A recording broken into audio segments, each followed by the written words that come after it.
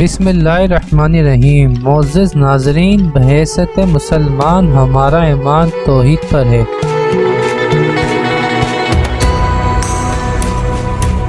یعنی کہ ایک ذات ہے جو اس پورے نظام عالم کو چلا رہی ہے۔ اکثر کافر یہ سوال کرتے ہیں کہ یہ کائنات اپنے آپ چل رہی ہے یا پھر اتنی بڑی کائنات کو چلانے والے ایک سے زیادہ ہیں۔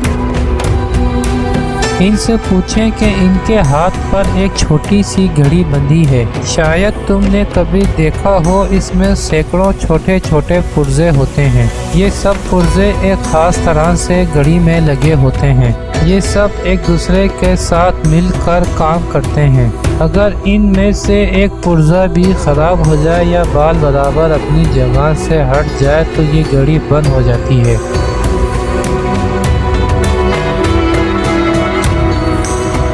تم بھی یہ جانتے ہو کہ اگر گھڑی ٹھیک ہو تو پھر وہ ایک ایک سیکنڈ، ایک ایک منٹ اور ہر ایک گھنٹے کا بالکل درست حساب رکھتی ہے۔ کیا تم یہ کبھی سوچ سکتے ہو کہ اس قدر پابندی سے کام کرنے والی گھڑی بغیر کسی کے بنائے خود بخود بن گئی ہو؟ ایسا کبھی نہیں ہو سکتا۔ اب ذرا تم اس دنیا کے بارے میں سوچو جس میں ہم سب رہتے ہیں۔ اس میں ہماری زمین، چاند، سورج اور ستارے ہیں، اور یہ سب کے سب گھڑی کے پرزوں سے بھی زیادہ پابندی سے اپنا اپنا کام کرتے رہتے ہیں۔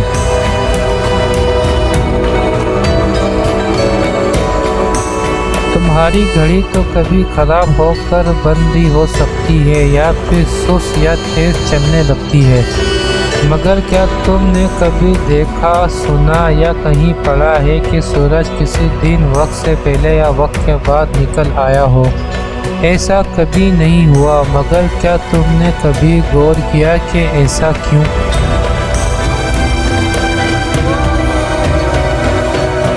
اگرچہ تم ذرا سوچو تو تم خود اس سوال کا جواب دے سکتے ہو۔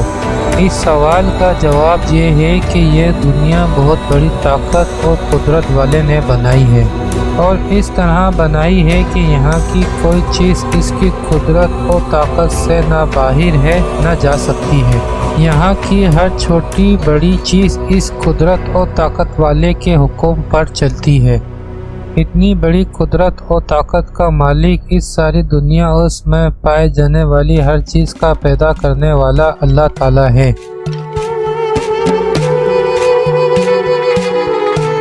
اللہ پاک نے نہ صرف یہ ساری دنیا پیدا کی ہے بلکہ اسے چلاتا بھی وہی ہے۔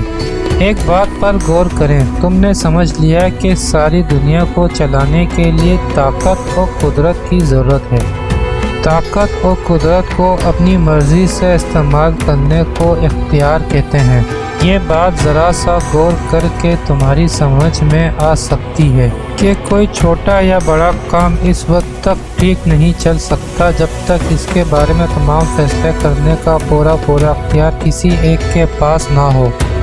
کیا تم نے کوئی ایسی گاڑی سڑک پر چلتی دیکھی ہے جس کے ایک سے زیادہ ڈرائیور ہوں، اور ان میں سے ہر ایک کے پاس گاڑی کو چلانے، روکنے، اس کی رفتار کو بڑھانے، کم کرنے یا اسے کسی طرف موڑنے کا پورا اختیار ہو؟ تو تم یہ سوچ لو کہ یہ کتنی دور اور کتنی دیر چل سکتی ہے۔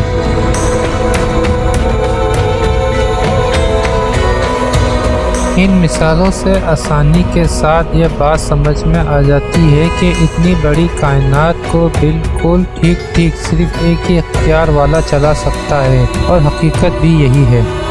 یہ سب کچھ صرف اللہ پاک کی قدرت سے اور طاقت سے ہو رہا ہے۔ اگر اللہ پاک کے سوا کوئی اور اختیار والا ہوتا تو یہ دنیا ایک سیکنڈ بھی نہ چل سکتی اور نہ باقی رہ سکتی۔ اللہ پاک نے جب سے اس دنیا میں انسان کو پیدا کیا ہے اسے توحید کا سبق سکھایا، مگر انسان اپنی نادانی کی وجہ سے بار بار اس سبق کو بھولتا رہا۔ انسان کا ایمان جب بھی توحید پر کمزور ہوا، اس کی ساری زندگی خراب ہو کر رہ گئی۔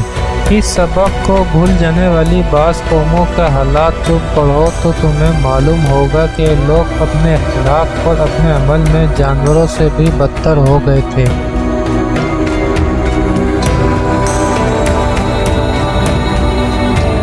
مگر اللہ جسے اپنے بندوں سے بڑی محبت ہے، اس نے ان پر بار بار رحم کیا اور بھولا ہوا سبق یاد دلانے کے لیے دنیا کی ہر قوم میں نبی پیدا کیے۔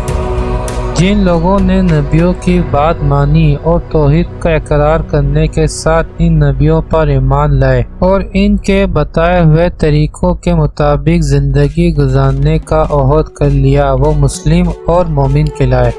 جو لوگ اللہ کے کاموں اور اس کی صفتوں پر یقین نہیں رکھتے اور اس کے احکام ماننے سے انکار کرتے ہیں، وہ کافر ہیں۔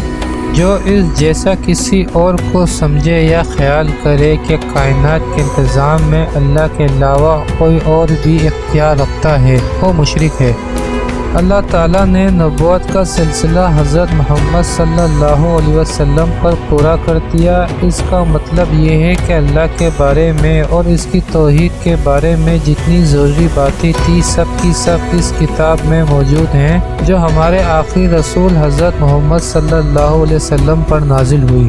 اب اللہ کی پسند کا سیدھا اور سچا راستہ معلوم کرنے کا کوئی اور ذریعہ اس کتاب یعنی قرآن مجید کے سوا نہیں ہے۔